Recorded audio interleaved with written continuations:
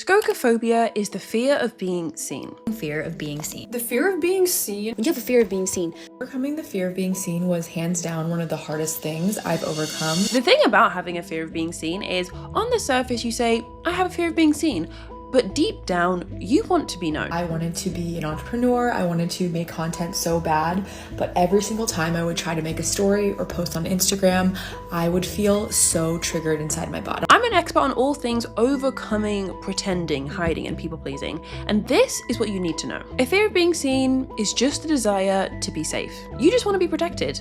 You've used this for so long that it no longer protects you, but now it limits you. But that's okay, because you're now in the right place. In this video, I want to share 4 things that you need to know if you want to overcome your fear of being seen for good.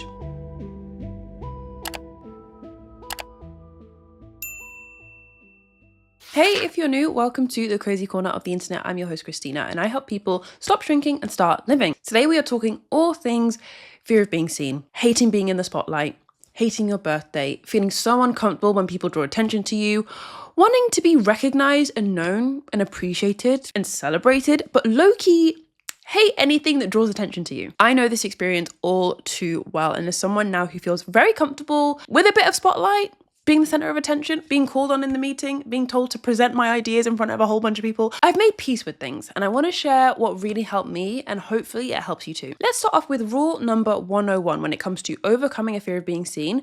Your fear of being seen is just a desire to be safe. Give this video a thumbs up if you can relate, but there were so many times in high school, in college, in university, even now in my first job, where someone's asked a question. Maybe you're in a meeting or you're in a classroom or even a handover. Someone asks a question.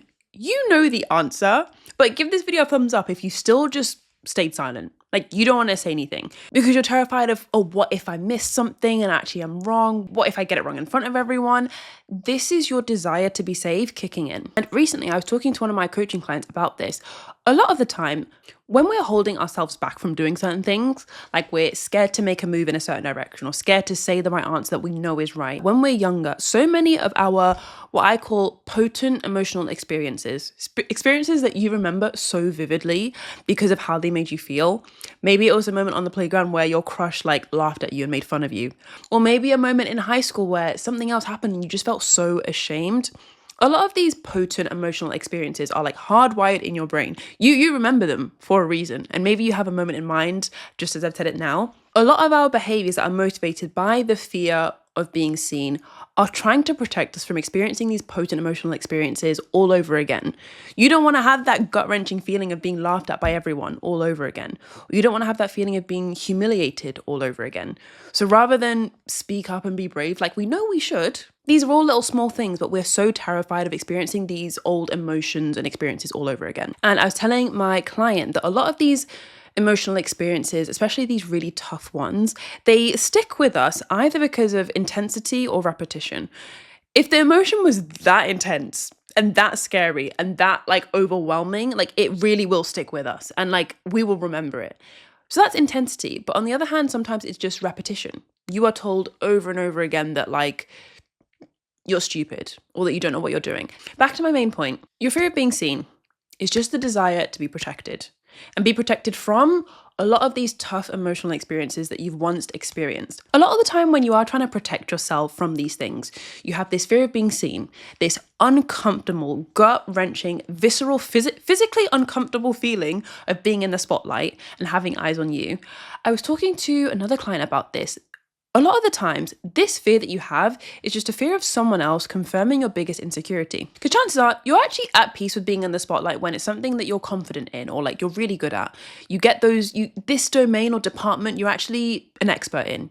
You're chilled, you're good. You don't mind if someone asks you a question. You don't mind if suddenly the meeting, they put all, they call your name out and they tell you to say something because you know your shit in this area. You're pretty good. However, when it comes to another area, another domain, you're insecure, you don't know where you stand, you're very, very uncertain, you're maybe a newbie and you're getting better. You being seen and someone highlighting the fact that you don't know your stuff, you don't know your shit anymore, you're very uncertain. Now there's the chance for someone to prove, oh, she's not as smart as she looks like she is. She's a lot more unattractive than I thought. She's not as good enough as I thought. I would encourage you to have a think. Is your fear of being seen just centered around the idea that, oh, one day if I'm in the spotlight, someone might confirm my biggest insecurity. The second thing that really helped me overcome my fear of being seen, learn to be at peace with being in the spotlight, not feel like the world was crumbling underneath my feet if potentially someone could confirm my big insecurity that I'm not good enough and I'm not where I should be, was understanding the value gap. If you're an OG subscriber, or if you have got a copy of my book, Stop Shrinking, Start Living, you may know a little bit about the value gap already. The value gap is a very important concept that I try and preach as much as I can. Is this idea that whenever you're nervous around someone, whenever you have self-doubt, you're not very confident, you're caring what other people think, there is a value gap. Say, for example, it's in the area of just showing up, navigating life, and just simply being yourself. You rank your confidence as like a 4 or 5 out of 10. Say it's like here. However, with everyone else, whether it's your colleagues, your friends, acquaintances, people on Instagram, people you see on TikTok, you just seem like, it feels like everyone else is like an 8 or 9 out of 10. Everyone else is over here. This gap between you and everyone else is the value gap. This subtle mental difference between where you are and where everyone else is, how good enough you are, how good enough everyone else is, will oftentimes make you feel very on edge and make you feel like you have to perform. If you've ever felt like sort of a people pleaser that's wearing a mask and pretends to be a version of you that's acceptable, or you can only sort of say things when you've censored yourself and cut things out. You spend ages typing up messages, deleting parts, adding parts in because you want it to be right. Whenever you're pretending and not allowing, there's probably a value gap there, because you only perform and pretend when someone's better than you, when you perceive someone as more impressive than you, more important than you, more attractive than you, more smart than you, anything more than you, there's a value gap and you're going to feel on edge and feel the need to perform. This is what I have been scribbling on this value gap diagram. This is the value gap workbook. I've made this for you guys. You can get it in the link in the description box below, completely for free. It essentially takes you through what is the value gap, how to spot your triggers, identifying the value gap, which we've already touched on already, and how to close the value gap. One of the best ways I find to close the value gap isn't always to raise your value and try and go above and beyond to make yourself more impressive, more intelligent, more attractive, have a super quick glow up. It's not to like raise your value in that way, because this is still all performance. This is you trying to better yourself and improve yourself so that you look better to other people. The best way to close the value gap, overcome your fear of being seen, stop feeling on edge just in front of everyone and so physically uncomfortable in your own skin, is to humanize them. This page of the workbook is specifically designed to help you close a value gap. Oftentimes I find when we have someone that we think is better than us, we just assume that everything is easy for them. We use our imagination almost against us rather than for us. You almost imagine that their day must be so easy, waking up must be so easy, going about life, driving, dating, eating, exercising, everything's just easier for them. So that's why you kind of have to use your imagination for you rather than against you. Like, what is a bad day in their life? This person that you feel like always makes you nervous, this person that you hate being seen in front of. I'm sure you have a person in mind. What is a bad day in their life? Are they probably really stressed? Are they probably overwhelmed? Are they going through a stressful family time? Are they going through a divorce? Are they going through financial struggles? Are they going through a breakup? Are they going through... what are they going through? You would never know. Again, this is using your imagination for you rather than against you. What do you think they feel insecure about, or what do they overthink? Are they someone that's very high up in your company? Maybe you work with them. Well, if you work with them, they probably have lots of deadlines. They probably have a lot of responsibilities. They probably have a lot of maybe HR issues. They probably maybe have a lot of meetings. They probably don't have enough time to get it all done. The list goes on. This might feel strange. This might feel weird. This might feel quite negative. But honestly, so far your imagination has been stacking up all the building blocks against you, trying to make you feel not good enough and not where you should be. This is the first, maybe one of the first few times you would have used your imagination to think, wow, I'm actually doing pretty well. Or maybe other people aren't as far away as I thought they were. What would make them feel vulnerable in a group setting? That's what I find quite interesting. Again, you can download this in the link in the description box below. I think it would be so helpful if you are someone that really struggles with a fear of being seen. Now it's time to flip it. Again, we're going to use your imagination in your favor this time. What strengths do you have that they might not? Have you ever asked yourself that question? I think so highly of this group of people. They seem so impressive, they seem so amazing. But what strengths do I have that they might not? Is it simply that you're obsessed with maybe self-improvement, you're really into self-development, or are you actually just a kind person? Maybe this person at work intimidates you and they stress you out and they're just, I don't know, like very arrogant and domineering, and they just kind of make everyone feel a bad vibe. However, you actually have kindness and you're very compassionate. That's a strength that maybe they don't have. What makes you valuable in the room? Again, I want you to get creative with this and use your imagination in your favor, because then the next time you maybe are in a little bit of the spotlight, you're not going to immediately panic and think that all your worst flaws and insecurities are going to be magnified. Instead, you've trained yourself to think and realize you actually have some pretty good things going on. And actually, they have some pretty bad things going on. It's not a negative, this isn't a negative thing. It's just you humanizing them. They are human at the end of the day. Moving on, another hard hitting thing I actually had to look at myself when I was struggling with being super anxious socially and just being in the spotlight was sometimes you have to realize that when you have a fear of being seen and you intentionally stay in the shadows, you intentionally play small, you don't speak up, there's a part of you that almost benefits from that. For example, the part of you that plays small and is like, oh, but I don't have anything good enough to say anyway. Or the part of you that constantly tells yourself, like, stay quiet, don't look stupid, don't make a fool of yourself. If you asked yourself, if I see myself as less valuable, if I see myself as stupid, if I see myself as someone who doesn't have anything good enough to say, I don't have to take any risks, fail at something and face my fear of failure. I don't have to deal with rejection. I don't have to deal with trying and something not working out. I don't have to deal with failure.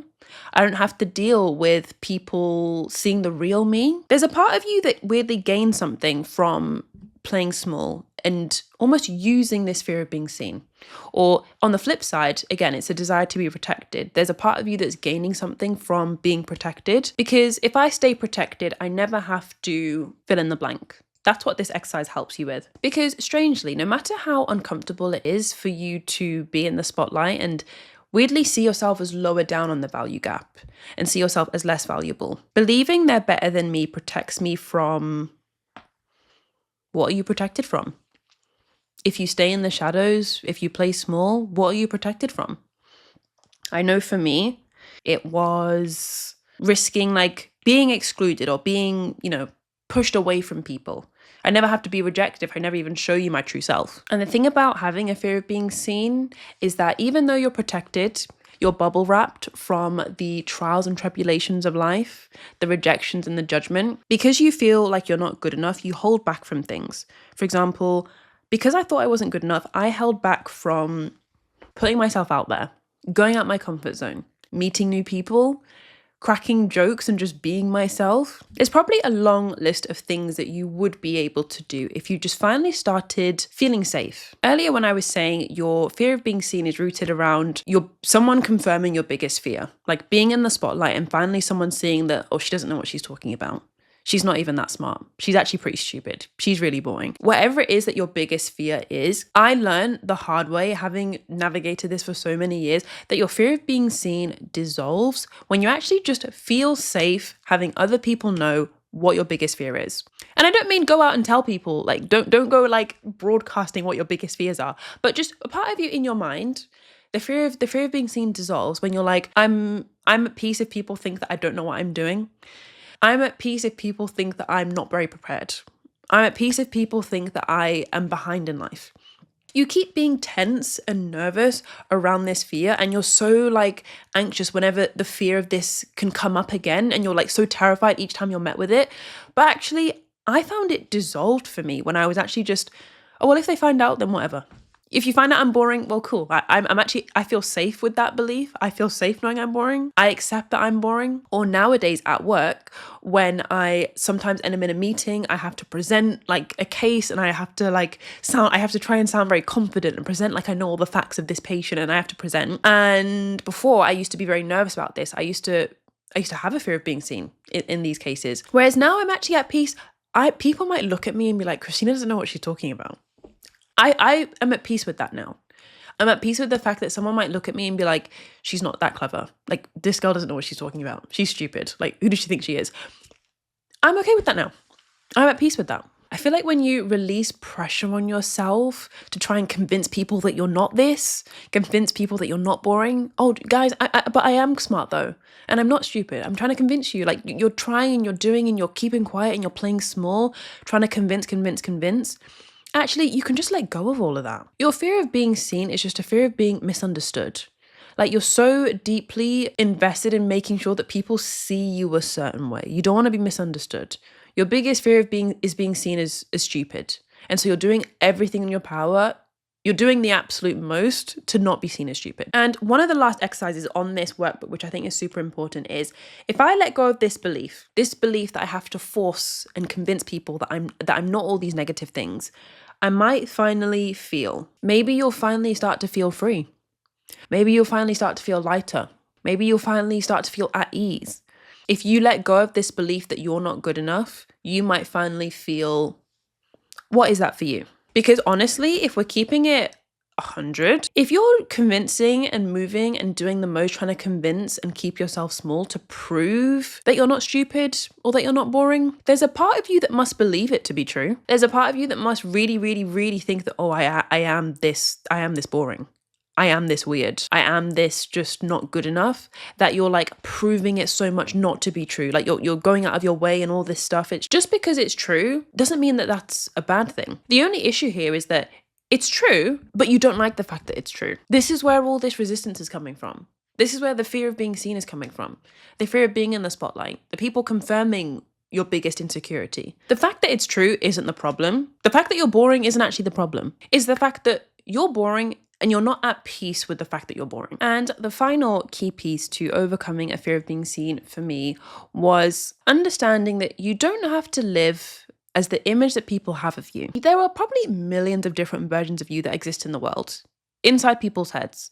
Some people see you as the 2-second interaction with a stranger that they had last week. For some people, it's a 4-year relationship because you've worked with them for 4 years, you've studied with them for 4 years. For some people, it's a 2-month interaction where you've kind of texted here and there, but things have fizzled out. You have a different mental picture to lots of different people. And I had to really ask myself, how much of my fear of being seen is me not wanting to go against this image that people have? Weirdly, even though I have goals and I want to be more myself, I didn't want to go against what people had in their minds. I didn't want to prove people that, oh, I'm different to what you think. Like, I wanted to very much stay in the box of what other people thought. And when you say it to yourself like that, like, I'm going to stay in the box of what other people expect of me because I'm too scared, it sounds ridiculous. Like, because I'm sure most of you watching don't want to stay in the same box of what other people think of you. I'm sure you're like, screw the box. I want to be me for me. I want to live my own life on my own terms. But weirdly, when you think about it, when you do think about being a bit more bold with what you say or being a bit more brave, a lot of your reasons to not do that are, well, people will say this and people will think that. You're almost living life as a performance of how well you can live up to that image. If I can live up to that image well, then I'm doing a good job. But if I do anything to not live up to that image well, I don't do my lines correctly, I don't perform as well, oh, then I've done a bad job. And something that really helped me was learning that, mid-performance, as I was pretending back in my university days and pretending to be something that I wasn't, or pretending to be more palatable and like a safe version of myself and not show my real self, I had to realize people will have things to say, because first of all, they always have things to say. You can never escape that.